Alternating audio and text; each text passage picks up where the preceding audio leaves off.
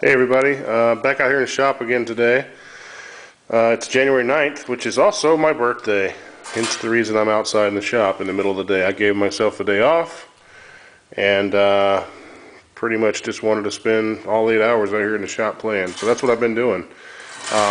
What I did with that time, or at least half of that time, was finish up my TTS style homemade tool holders. I say finish up. I made all I could make with all the stock. I only had like 24 inches of stock to make with, to use to make with this. So ended up making what looks to be 12 end mill holders, and they are the set screw style. If you remember in my other video, I talked about playing with making my own as opposed to buying them all. And so that's what I've done. I made all of them.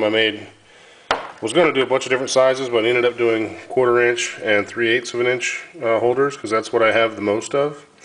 I already have several 1/2 inch holders, and I have plenty of 1/2 inch collets, right here, should I need any more for these ER style collet holders. But the set screw holders I wanted to use, I got a bunch of, kind of inherited a bunch of double-ended end mill with a weld-on flat right in the middle, so I can use those tools in these holders pretty easily. So, and the majority of them are 3/8 shank with different size end mills. They step down. So I'm sure you all know what I'm talking about. But that's what I've got a lot of. So I plan to use those, and made this tooling for those. So overall, it was pretty easy. There was no real issues. I did have a few mistakes, but nothing major really that I would consider major. It was fairly easy.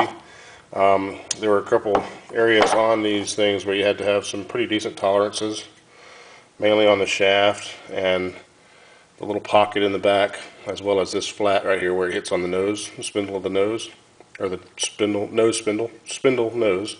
I'll get it right in a second. But yeah, otherwise it was just kind of an aesthetics. I tried to make them all different. You can see maybe the profile here. These 1/4 inch holders right here are smaller profile than the 3/8 holders there. You'll notice this one has a Tormach ring on it. It's epoxied on, and the reason I did that, I happen to have another ring with some epoxy.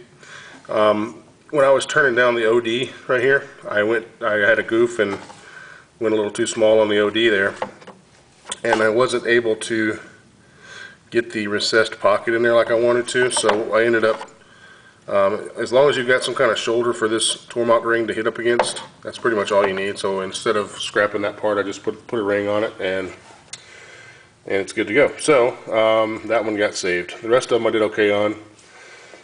Let's see what else I got here. This is just some extra big stock I had left over.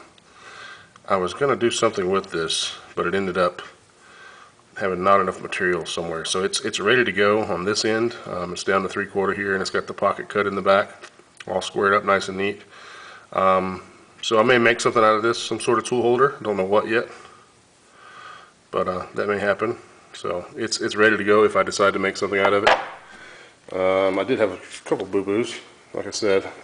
Here's one. This was some of the old stock that I actually had.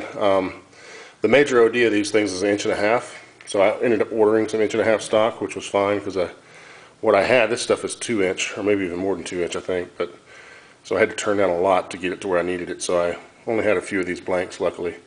But anyway, I turned this down too small. I think it's maybe 20 or 30 thousandths too small, just undersized. So I goofed. I think I did the same thing with this chunk. I think this one was 5 thousandths under, just not quite as bad, but still smaller than I needed. So anyway, I'll use those later on for something else. Part of the reason I'm goofing on these things, or at least in the beginning stages, is I'm not used to having a lathe as big as what I have now. And what I mean by that is my old Atlas lathe, I loved it, and I had a lot of time in it and on it, but it just wasn't very rigid. It's a small benchtop lathe. It is what it is. 30-40 thousandths cut in steel was about all you're going to get, depth of cut. So With this thing, I can throw a chunk of 1018 or whatever I want in there really, and you know, take 120 thousandths depth of cut on this thing pretty easily. And you know, when you're taking off a 1/4 inch a time on the diameter, the diameter gets small pretty quickly, and I just didn't really have my head wrapped around it, so that's why I went a little too far on a couple of the blanks. But you know, I got my kind of figured out towards the end there, and to try to avoid that, you know, try not to waste any material if I can help it. But it happens. It is what it is. Like I said, it was just in the scrap drawer. You know, I got chunks like this. I mean, that's, you can tell it's been really crappily saw cut, but I can use it for whatever. So anyway.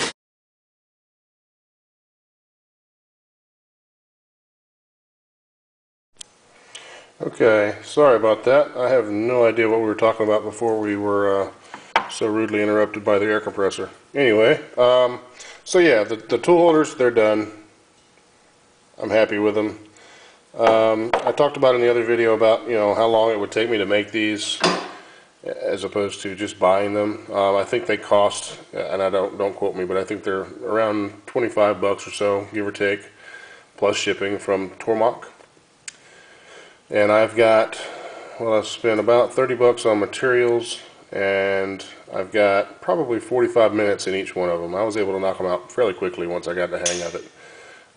So I'm going to say an average of 45 minutes. That includes tapping the holes, you know, the drilling and tapping for the set screws, and little shit like that. I mean, it took a while, I'm not going to lie to you. It kind of got to the point where it was almost like production work, and I absolutely despise production work, so I was ready to get done with them. I'm glad I'm done with them. So yeah, I'm happy with how many I have at this point. We'll see how far it gets me. And like I said before, I've got more of these ER holders coming, you know, on the slow boat from China, but they'll be here eventually. And I should have, I don't know, 30, 35 tool holders. That'll get me started at least, and we'll go from there. But so yeah, ended up reaming these out. Like I said, I had to buy a reamer for the 1/4 inch because I had one for the 3/8, but I didn't have one for the 1/4. So I ended up going 1/2 thousandths over. I thought that would work pretty well, and it seems to work really well. Let's see if I can put this camera in the holder real quick. Hold on.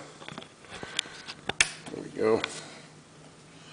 Now let me see if I can show you the fit on this 1/4. This is just a 1/4 inch carbide chamfer mill, and my big hand out of the way here. Let's see here. I mean, it's a really nice fit. It's got like a, it'll pull a vacuum. Really nice fit in this end mill holder, and the 3/8 is the same way essentially. So overall, very happy with it. Is it worth my time to do them? I don't know. You know, I had fun. I learned a lot on the lathe, which is another part of the reason that I wanted to do it, because I hadn't really done any projects on that lathe yet. I feel like I'm pretty familiar with it at this point. I certainly made a pile of chips. This is like the 3rd time since I've cleaned them up 2 or 3 times since then, but definitely got a garbage bag full of chips out of it. So overall, very pleased with the lathe. Haven't done any threading or anything like that on it. Mostly just turning operations. But yeah, I've you know, broke a couple drill bits. I didn't break any taps, luckily, but I did break a drill bit in one of the parts. Was able to get it out, luckily. This is the 2nd time I've used the rotary. I ended up just putting the end mill holders right in this thing once I got it center line, and I just used that to hold it since it's really sturdy. So that worked out really well. And then just hand tapped them. So yeah, broke a couple inserts on the lathe tooling, you know, just kind of getting a feel for it. But it works great. Once I get some of these tool holders filled up, I'll go ahead and set the heights on them. I've got a numbering system on the way in the mail for them, and I'll get everything numbered and input into the computer so that I'll have the correct offset heights in the system.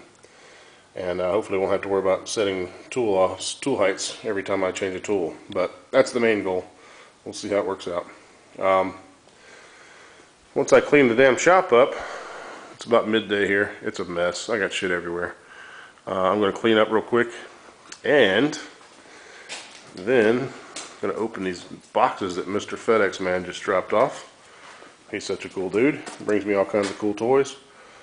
This is my DRO system for the lathe. Super happy these came in. They came from China, not to be confused with Chino, Alabama, but it is what it is. For the home shop, it's going to be great. They're glass scales. That's a big 60-inch scale there. And the DRO is, of course, in that little box, as well as the cross-slide scale is in that one too. Just a 2-axis DRO. I'm going to put a DRO on the tailstock as well at some point. Just haven't got around to it yet. But so anyway, see a video for that coming pretty soon, I'm sure.